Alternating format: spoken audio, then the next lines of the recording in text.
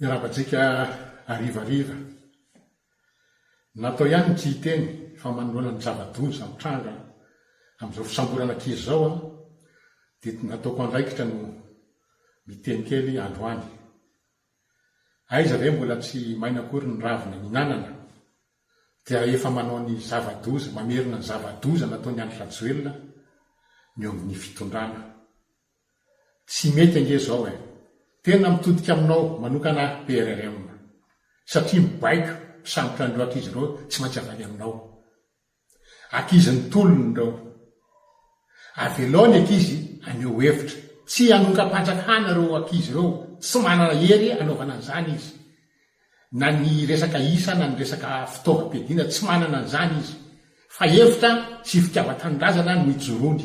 Tsy rariny raha hoe ny tolony izy anala ny tsirariny tamin'ny Andry Rajoelina dia tonga ianareo milaza anareo fanavaozana dia favoazana indray mbola azon'ny ankizy.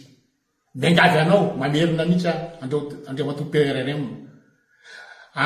Avitsory reo ankizy reo, aza asiana arakaraka reo ankizy reo. Zara raha nisy ankizy eto Madagasikara samy joro ohatr' zao. Ny tena loza nge raha ohatra ka ankizy voatenenina dia miondrika no misy eto Madagasikara. Anao mahita ankizy ohatr' zao samy joro amin'ny heviny, hevitra ny azy. Anjaranareo mieno na tsy mieno fa aza sambosamborina le zanak'olona. Samy miteraka tsika PRRM, Colonel Mikael. Ka raha ndray andro any ny zanakao mijoro amin'ny heviny toy reto ankizy reto ka atao samby dokotra toy izao dia mety tsy ho zakanao. Koa mahatoky ny fahendrenao PRRM misaotra.